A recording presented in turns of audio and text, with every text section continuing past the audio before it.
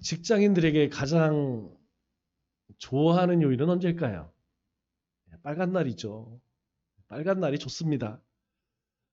그리고 우리 공휴일이 아니면 금요일이 좋죠. 금요일 일이 힘들어도 몸이 피곤해도 토요일, 일요일 쉴 수가 있어요. 그래서 금요일은 일을 해도 힘이 안 듭니다. 오늘만 버티면 내일 쉰다. 이런 생각이 들죠. 그러면 직장인들에게 제일 곤욕스러운 날은 언제일까요? 월요일이죠. 월요일은 참 힘이 듭니다. 그래서 오죽하면 월요병이라는 말 생겨났겠습니까? 사실 모든 사람 중에 아침에 눈을 뜨자마자 용수철처럼 벌떡 일어나서 그렇게 하루 일을 시작하는 사람이 몇 명이나 될까요? 그렇게 많지 않을 거예요. 또 우리 그리스도인들 가운데서도 내가 오늘 하나님이 주신 사명을 감당했노라 그렇게 전의를 불태우는 성도들이 몇 명이나 되겠습니까? 우리가 긍정의 힘으로 하루를 시작하는 사람도 있겠지만 대부분은 하루를 힘겹게 시작을 합니다. 우리가 아침에 큐티를 하고 또 1분이라도 기도를 하려는 것은 이러한 삶에 매몰되지 않으려는 발버둥이죠. 그렇게 하지 않으면 우리의 삶도 예수 없는 사람들과 크게 다르지가 않기 때문에 어떻게 해서든지 하나님의 말씀을 붙들고 그리고 걸음을 떼면서 하나님의 도우심을 구합니다. 그런 의미에서 보면 종교가 없는 사람들의 멘탈이 정말 정신력이 대단하다 그런 생각이 들어요. 어떻게 하면 어제도 갔고 오늘도 갈 길이 새로운 길이 될 수 있을까요? 어떻게 하면 매일 매 순간이 새롭게 느껴질 수 있을까요? 제가 곰곰이 생각을 해보니까 그런 생각이 들어요.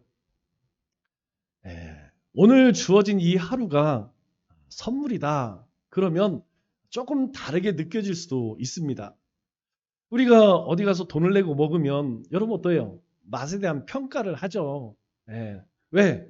내가 10,000원을 냈는데 10,000원 가치 이상을 하면 이 음식점 참 대단하다.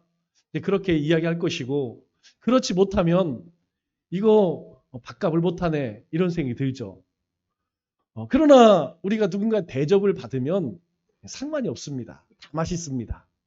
누군가가 사주는 밥은 다 맛있어요. 그래서 우리 아내가 해주는 밥은 맛이 없는 게 없습니다. 종종 간이 안 맞을 수도 있지만 그거에 대해서 불평할 수가 없어요. 왜냐하면 선물로 받잖아요. 우리가 부모님께 받는 사랑도 마찬가지이고 우리 아내 남편에게 받는 사랑도 마찬가지입니다. 어떤 대가로 받는 것이 아니기 때문에 선물로 느껴지기 때문에 고마운 것이고 감사한 것이죠. 우리가 하루를 살아갈 때에도 이 하루가 하나님께서 내 인생에 주신 선물이다. 그러면 고단한 하루이지만 여러분 어떻습니까? 기쁨으로 시작할 수 있게 되는 것이죠. 모든 사람은 자기 자신을 위해 살고 또 자기 자신의 뜻을 쫓아 살아갑니다. 그러나 그리스도인은 이런 이기적인 삶에서 벗어나 하나님을 위해 살고 또 하나님의 뜻을 행하며 하나님 나라를 소망하며 살아가죠. 이것이 다릅니다. 삶의 방향이 다르다는 것이죠. 삶의 목적이 다르다는 것입니다. 천국의 삶을 살기 위해서는 철저히 자기 자신에 대해서 죽어야 합니다. 그럼에도 구원받은 사람 가운데에는 자기 자신이 여전히 종이라는 것을 깨닫지 못하는 사람들이 참 많이 있죠. 우리는 종입니다. 우리는 노예라는 것이죠. 죄의 종이 아니라 이제 우리는 그리스도의 종입니다. 우리는 예수님으로 인하여서 더 이상 세상에 속한 사람이 아니라 하나님 나라에 속한 사람이라는 거예요. 신분이 완전히 바뀌어졌다는 것이죠. 그런데도 여전히 자기 뜻대로 산다는 것은 그리스도의 종으로 살지 못하고 있다는 것입니다. 그렇기 때문에 세상에서 좌절할 수밖에 없는 것이죠. 우리가 그리스도 안에 살면 잘 낙심하지 않습니다. 왜냐하면 그 낙심과 좌절 끝에는 하나님이 주시는 소망이 있어요. 하나님이 이끄시는 새로운 길이 있습니다. 우리 인생이 때때로 막 궁지로 몰릴 때가 있어요. 하나님께서 그렇게 막 몰아붙일 때가 있습니다. 그때 얼마나 힘든지 몰라요. 이것도 힘들고 저것도 힘들고 삶도 힘들고 마음도 힘들고 영도 힘들고 다 힘이 들어요. 그러나 그 끝에 가보면 하나님께서 나를 위해서 예비해 두신 길이 있다는 거예요. 우리가 은혜로 믿음으로 그 길을 빨리 찾으면 그런 어려움들을 겪이지 않겠죠. 그러나 그것을 발견하지 못하면 깨닫지 못하면 하나님께서 억지로라도 그렇게 밀고 가신다는 것입니다. 그렇기 때문에 우리가 무엇을 얻고자 한다면 먼저 내려놓을 수 있어야 합니다. 즉, 다 포기해야 한다는 것이죠. 오늘 25절 말씀을 보면 주님께서 목숨을 구원하기 위해 목숨을 잃어야 한다. 주님께서 이렇게 말씀하시는 이유가 바로 여기 있는 것입니다. 이게 상당히 역설적이죠. 모순입니다. 누구든지 제 목숨을 구원하고자 하면 잃을 것이요. 아니, 목숨을 얻고자 한다면 당연히 목숨을 얻어야 되죠. 그런데 그렇지 않다는 것이에요. 누구든지 나를 위하여 제 목숨을 잃으면 자기 자신을 잃어버리면 자기 목숨을 잃으면 구원을 받는다는 것입니다. 이것은 우리가 세상에서 알고 있는 그런 법칙과는 전혀 어울리지 않는 말이죠. 그렇기 때문에 역설적이라는 것입니다. 많은 사람들이 목숨을 구원하고자 생명을 얻고자 교회에 나옵니다. 그러나 이것은 하나님의 뜻을 잘 모르고 하는 일이죠. 여러분, 교회에 나온다고 생명이 저절로 얻어질까요? 그렇지 않다는 것입니다. 여러분, 이 하나님이 주시는 생명, 이 영생은 내가 얻고자 하면 얻어지는 겁니까? 그렇지 않습니다. 내가 아무리 내가 예수님을 믿고 하나님의 뜻대로 살아야겠다. 여러분, 안 됩니다. 왜 구원이 하나님의 선물이냐? 내가 그런 생각을 해보지 않았지만 하나님께서 세상을 만드시고 나를 지으시고 그리고 내 인생이 그 하나님의 섭리 가운데 살고 있다는 것이 저절로 믿어지는 것. 여러분, 그것은 우리가 배워서도 아니에요. 이것은 하나님이 우리에게 주신 믿음으로 아는 것입니다. 그렇기 때문에 내가 생명을 얻어야겠다, 내 목숨을 얻어야겠다 해서 얻어지는 것이 아니라는 것이죠. 왜냐하면 이 나라, 즉 하나님의 나라는 하나님이 우리에게 선물로 주시는 것입니다. 주어지는 것이라는 것이죠. 그래서 우리가 하나님 앞에 감사하는 것입니다. 만일 어떤 대가를 치르고 얻는 것이라면 내가 대가를 치렀기 때문에 감사할 필요가 없죠. 그러나 선물로 주어졌기 때문에 우리는 하나님 앞에 감사와 찬송과 영광을 올려드리는 것이죠. 예수님께서 마태복음 13장 44절 이하에 이렇게 말씀하죠. 천국은 마치 좋은 진주를 발견한 상인 것 같다. 이렇게 말씀하시죠. 아주 값비싼 진주를 발견한 사람은 자신이 가지고 있는 모든 것을 다 팔아 그 진주를 산다는 것이죠. 그런데 어떤 그리스도인들은 이 말씀을 이렇게 생각하기도 해요. 이 세상에 가장 값진 것은 내가 가장 값진 것이지. 그리고 나를 구원하기 위해서 예수님께서 모든 것을 다 희생하셨지. 이렇게 생각하시는 분들이 있어요. 여러분, 우리가 이렇게 성경을 바라보는 것을 내가복음이라고 해요. 내가복음의 핵심은 뭐냐? 인본주의라는 것이죠. 성경을 하나님의 관점에서 보지 않고 사람의 관점에서 봐. 예수님의 십자가보다 내가 더 중요해. 그래서 예수님은 모든 것을 희생해서 나를 하나님 자녀 삼으셨어. 이렇게 거꾸로 생각합니다. 그게 아니고 예수님이 가장 값비싼 진주임을 우리는 깨달아야 합니다. 사실 우리 자신을 한번 보세요. 우리의 우리의 마음이나 우리가 살아가는 삶의 모습을 보면 그 안에 뭔 가치 있는 게 있어요. 그렇게 우리가 좀 있어 보이려고 뭔가 교양이 있어 보이려고 그렇게 애는 부단히 쓰지만 우리 자신을 찬찬히 들여다보면 우리 안에는요 가치 있는 것이 하나도 없습니다. 우리가 진정한 행복과 안전 그리고 영생과 명예를 찾는 상인이라는 것이죠. 왜냐하면 주님 안에 그 모든 것이 다 있다는 것입니다. 그래서 예수님을 찾으면 그것이 가장 값진 것이기 때문에 그것을 위해 모든 대가를 다 치러야 한다는 거예요. 왜? 예수님이 가장 값진 진주이기 때문이라는 것이죠. 그 진주를 얻기 위해서 내 것을 다 내줘야 한다는 것입니다. 이 주님 안에 모든 인생들이 행복을 추구하잖아요. 내가 행복하게 살아야지. 그것을 위해서 참 열심히 살아갑니다. 그런데 그렇게 행복을 위해서 즐거움을 위해 살아가는 인생들에게 물어보면 정말 행복하다. 난 너무 즐거워 죽겠다. 이런 사람 없더라고요. 잠시 행복합니다. 잠시 즐겁죠. 그러나 그러한 일들이 지나가고 나면 여러분 사라져버린다는 것이죠. 그러나 주님을 얻게 되면 주님 안에 살면 그러한 것들이 사라지지 않는다는 것입니다. 영원하다는 것이죠. 평강도, 치유도, 안정도, 생명도 이 주님 안에서는 잠시 있다 사라지는 것이 아니고 영원하다는 것입니다.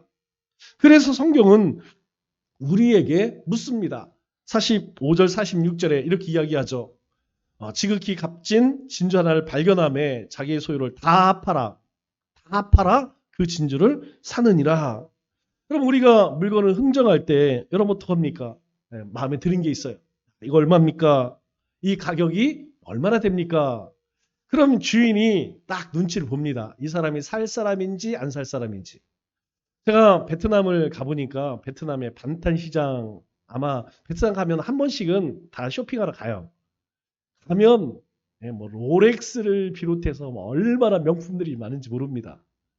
제가 거기에서 불가리를 하나 샀어요. 불가리 시계를 하나 샀어요. 처음에 얼마입니까? 우리 돈으로 10만 원이래. 싸대.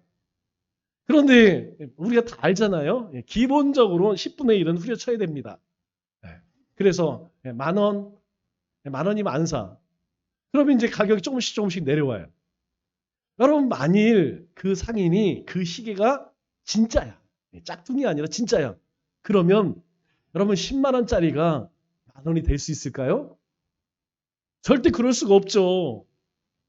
그런데 한국 사람들은 참 순진해서 그렇게 못해. 그렇게까지 후려치지를 못해. 그래서 어떻게 합니까? 10만 원 그러면 한 5만 원 정도는 대부분 삽니다. 왜? 그래도 장사하니까 반만 깎자.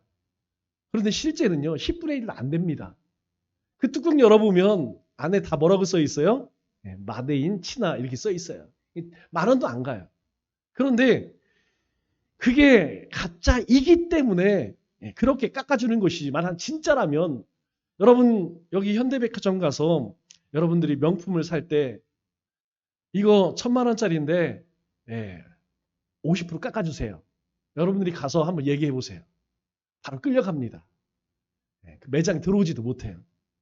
여러분 진짜는 깎아주질 않는다니까요. 그리고 이 진짜는 시간이 지나면 그 가치가 떨어지지 않습니다. 여러분 뭐 3천만 원짜리 백이요. 시간이 지나면 3천만에서 낮아져야 되는데 더 올라가. 더 올라가요. 명품은 그렇더라고요. 만일 우리가 상인과 어떤 흥정을 할 때 이 진주가 진짜다 깎아줄까요? 깎아주지 않습니다. 가짜면 깎아주겠죠. 흥정을 하겠죠. 아 이거 좀 깎읍시다. 얼마. 그래서 서로 좋은 선에서 합의가 되겠죠. 그러나 진짜는 그럴 수 없다는 것이죠.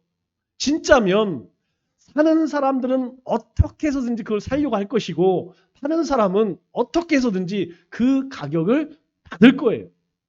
만일 내가 이것을 1억에 살 수 있다. 그러면 그 1억에 사 시간이 지나면 이것이 2억, 3억 올 거라면 그렇게 가치가 있는 것이라면 여러분 어떻게 하겠습니까? 우리가 요즘 말로 영끌하겠죠. 집이고 뭐 부동산이고 다 예, 우리가 담보 잡혀서라도 대출을 받아서라도 사겠죠. 왜? 사고 시간이 지나면 가치가 2배, 3배 오르는데 안 살 사람이 누가 있겠습니까? 또 파는 사람의 입장에서는 뭐라고 이야기할까요? 절대로 그 가격 이하로 팔지 않을 것입니다. 아울러서 팔을 때 분명히 이야기할 거예요. 나중에 딴소리 하지 마라. 나중에 뭐 물러달라 몰라 이런 얘기 하지 말라고 할 거예요. 왜 그렇습니까? 그 물건에 대해서 자신이 있기 때문에 파는 사람도 사는 사람도 그렇게 하겠죠. 우리가 이제 가진 모든 것으로 진주를 샀다면 우리가 지불한 것은 누구의 것이 될까요? 우리가 그렇게 영끌해서 어떤 명품을 샀어요. 그러면 내가 가지고 있던 것은 누구의 것이 됩니까? 적어도 더 이상 내 것은 아니라는 것입니다. 왜? 내가 그것을 사기 위해 값을 치렀기 때문에 내 것이 아니라는 것이에요. 또 다시 물을 수도 없습니다. 우리가 진주를 위해 지불했던 것은 이제 더 이상 내 것이 아니기 때문이에요. 만일 우리가 다시 돌려받기를 원한다면 여러분 그 상인이 뭐라고 이야기했습니까? 장난하십니까? 분명히 그렇게 이야기할 거예요. 그리고 분명히 이거 살 때 뭐라고 이야기했습니까? 이것은 진짜이고 그리고 한 면 사면 어떻게 다시 물을 수 없기 때문에 신중하게 사십시오.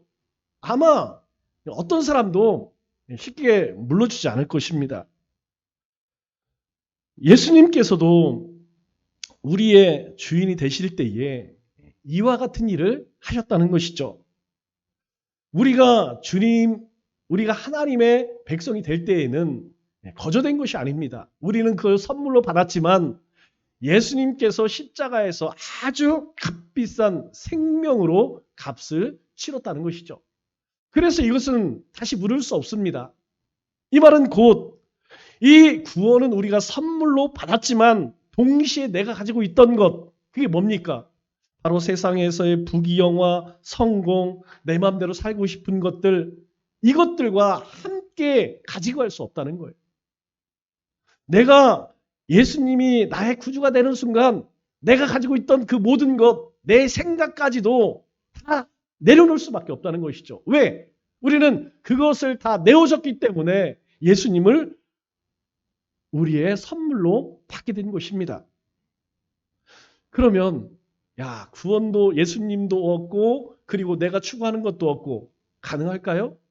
성경은 예수님은 그것은 불가하다라고 말씀합니다. 절대 그럴 수 없다는 거예요. 그것은 불가능하다는 것입니다. 우리가 하나님 것도 되고 죄의 종도 되고 이거 안 된다는 것이죠. 이미 예수님이 우리를 위해 값을 치렀기 때문에 더 이상 우리는 이전으로 돌아갈 수 없다고 성경은 우리에게 말씀하고 있습니다. 예수님이 우리에게 임하는 순간 우리는 완전히 예수 그리스도 안에 머물게 되는 것이죠. 그래서 24절에 우리에게 이렇게 말씀합니다. 누구든지 나를 따라오려거든. 우리가 주님의 백성이 되어서 주님을 따르려거든 두 가지를 이야기해요. 한 가지는 우리가 포기해야 할 것과 또 한 가지는 우리가 쫓아야 할 것을 이야기합니다. 우리가 버려야 할 것이 무엇이냐? 자기를 부인하고 이제까지 내가 생각해 왔던 그것. 어떻게 하면 성공할까? 어떻게 하면 잘 살까? 어떻게 하면 내가 세상에서 뭔가 좀 더 많이 얻을 수 있을까? 취할 수 있을까? 내가 소유할 수 있을까? 여러분 이거 다 부인해야 된대요. 내가 이제까지 생각해 왔던 모든 것들을 다 내려놓아야 된답니다. 대신에 자기 십자가를 지고 따르라. 이 십자가는 뭐라고 그랬어요? 주님에게 있어서 예수님에게 십자가는 하나님 주신 사명입니다. 하나님이 우리를 부르신 소명과 사명이 있어요. 그것을 붙들고 쫓아야 된다는 거예요. 이제는 내 것을 쫓아 사는 것이 아니고 뭘 쫓아 살아? 주님이 나를 부르신 그 소명과 사명을 따라 살아야 된다. 이렇게 말씀하시죠. 우리 마태복음 22장 2절 말씀을 보면 하나님 나라는 혼인잔치, 혼인과 같다. 이렇게 말씀을 합니다. 이 남자와 여자가 결혼을 하면 여러분 그 여자는 남자의 소유가 되죠. 또 남자는 여자의 소유가 되는 것입니다. 그래서 결혼식을 올리는 거예요. 결혼식을 올리는 이유는 다른 것이 아닙니다. 결혼식 안 하고도 얼마든지 동거하며 살 수 있어요.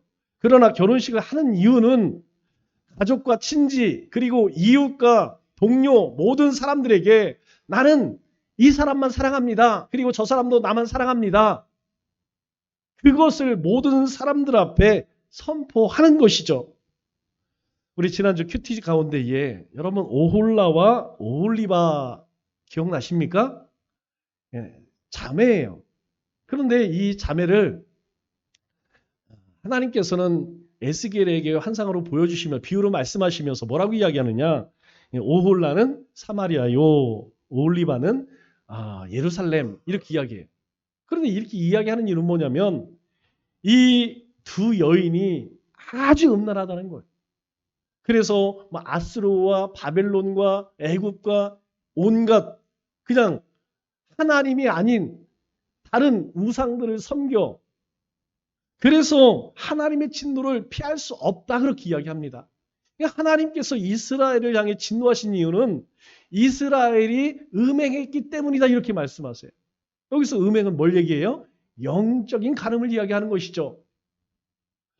이스라엘은 하나님의 백성입니다. 하나님에게 이스라엘 백성은 언약 백성이에요. 그래서 시내산에서 언약을 맺었잖아요.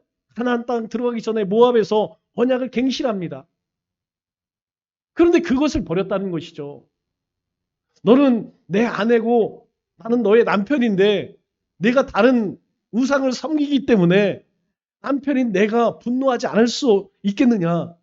하나님께서 패망 직전에 남유다를 향해서 하시는 말씀입니다. 우리가 결혼을 하면 남편이 소유한 것은 남편 것입니까? 아니에요. 결혼하면 남편이 소유한 것이 아내의 것이 됩니다. 남편이 차를 2대 가지고 있으면 아내도 차가 2대 되는 것이죠. 또 아내가 가진 것도 남편의 것입니다. 그런데 요즘에 보니까 그렇지가 않은 것 같아요. 요즘에 보면 자꾸 네 거 내 거 따져요. 네가 가져온 것, 내가 한 것, 내가 버린 것, 네가 버린 것. 여러분들 왜 그걸 따질까요?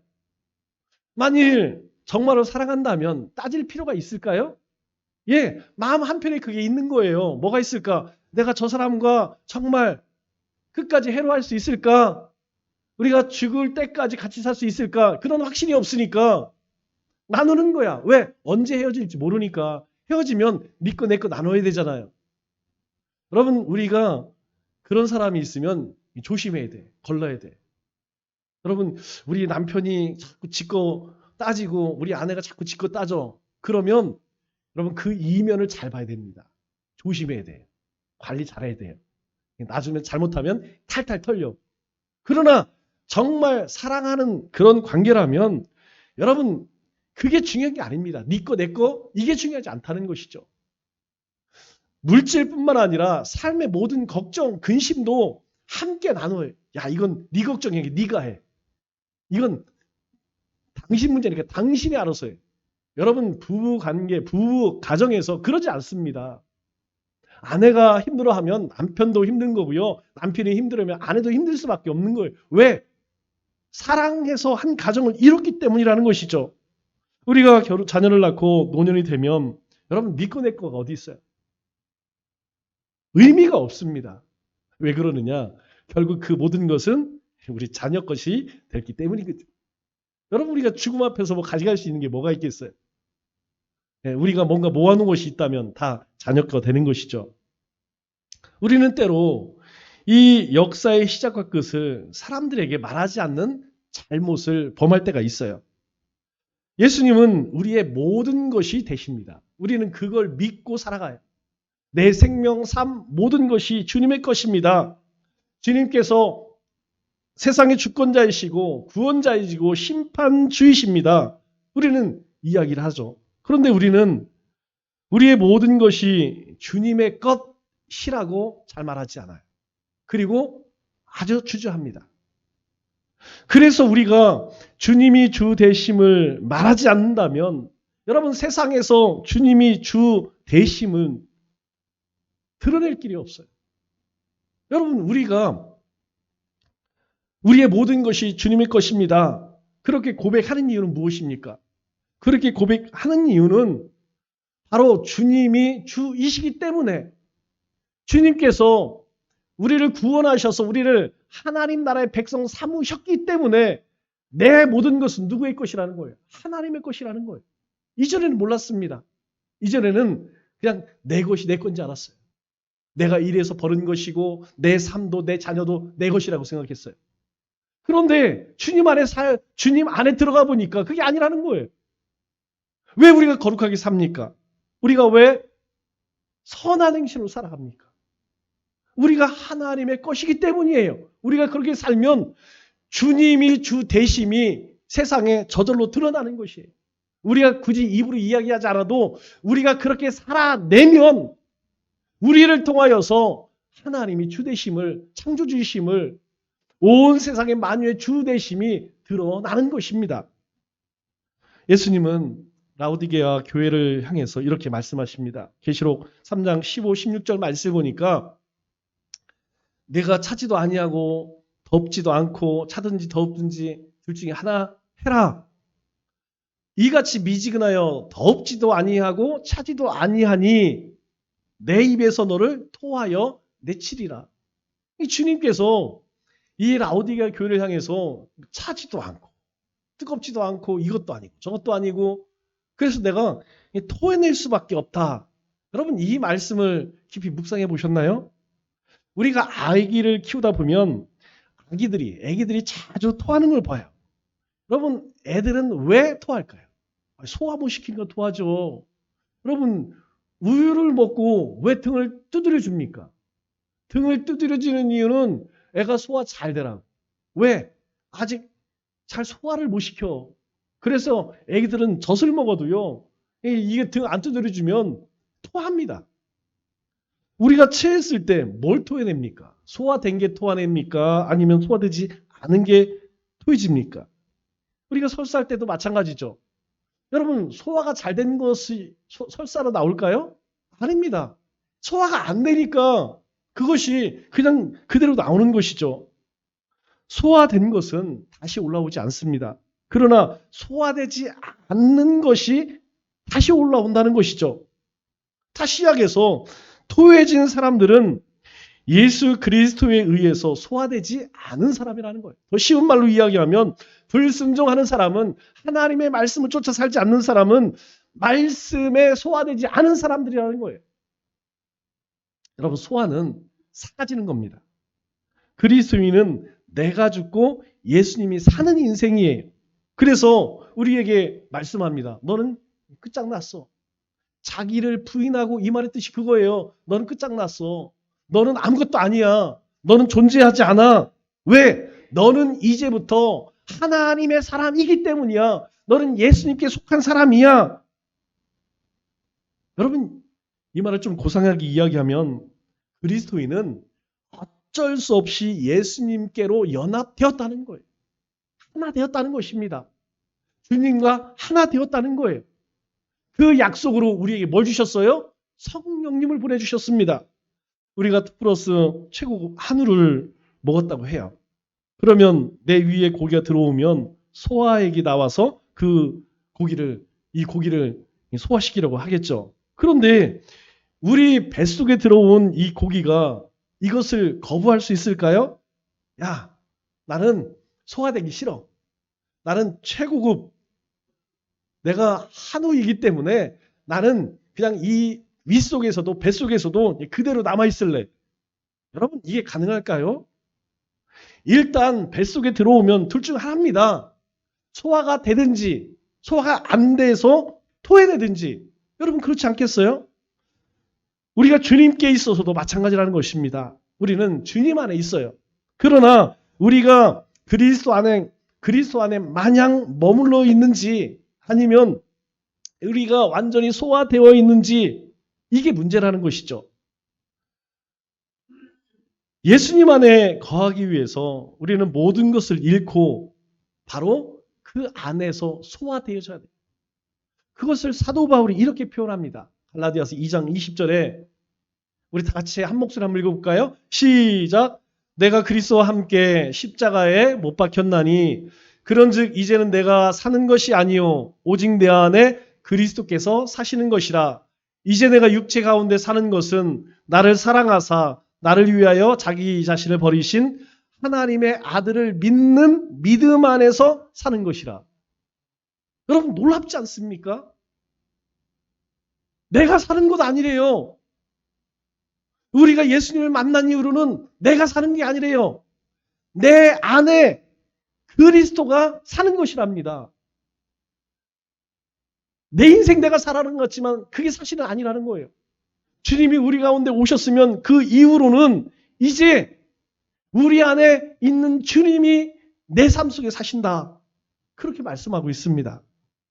우리 목숨을 비롯한 모든 것을 잃어야 한다는 것이죠.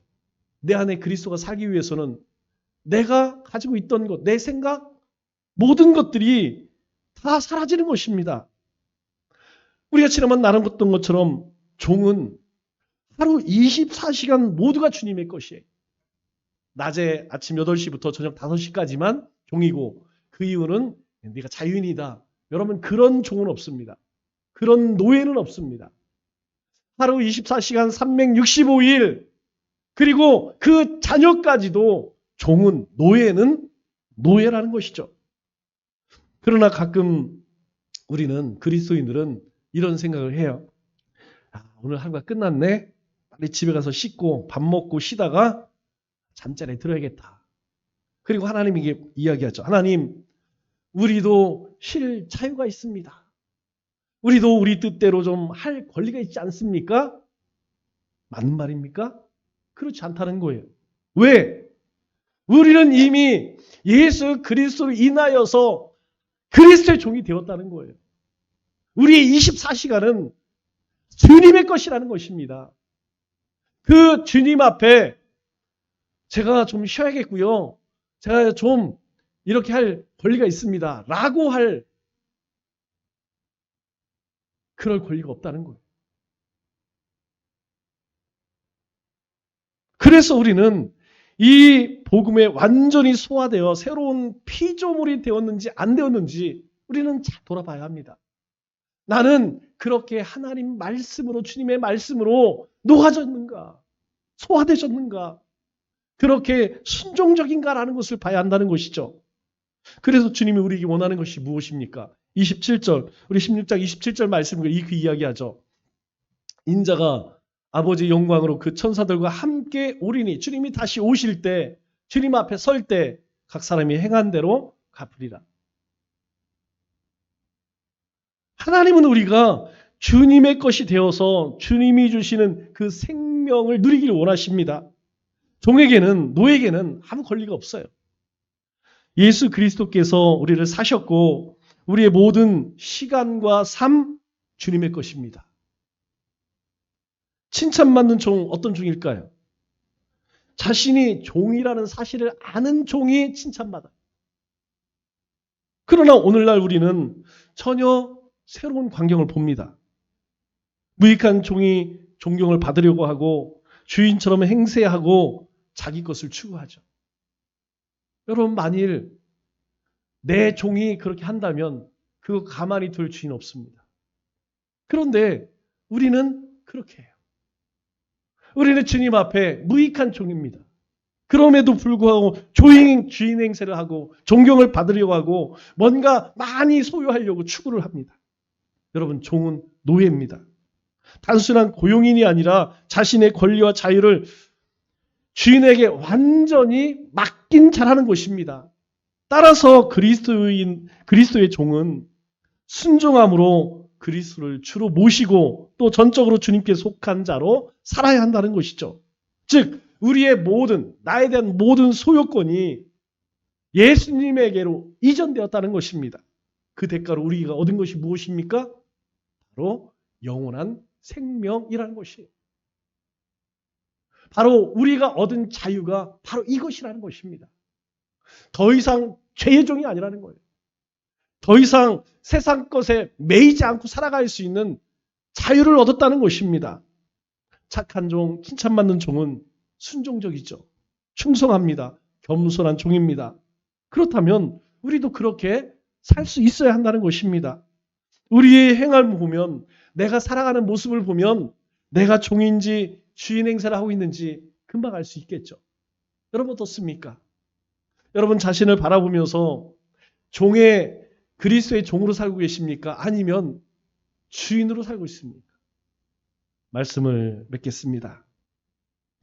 하나님께서는 우리로 하여금 하나님 나라에서 종들이 하는 일들을 기쁨으로 감당하기를 원하십니다. 그럼 그렇게 하려면 어떻게 할까요? 오늘 주님은 내 자아가 죽어야 한다라고 말씀하세요. 여러분, 내 생각, 내 주관이 살아있으면요, 안 됩니다. 순종이 안 됩니다. 그리고 우리에게 주신 사명을 쫓아 살아야 돼요. 우리 한 사람 한 사람에게 하나님이 주신 삶의 사명이 있어요. 살아갈 목적이 있다는 것이죠. 그래서 내 시간과 계획과 물질과 재능을 우리 주님의 뜻에 합당하게 사용해야 합니다. 또한 교회와 가정과 세상에서 주님을 섬기듯 겸손하게 살며 거룩한 삶을 살아야 돼요. 이 한 주간도 세상의 헛된 것을 쫓지 아니하고 하나님 주신 소명과 사명을 따라 살아가는 우리 믿음의 권속들 다 되시기를 주님의 이름으로 축원합니다.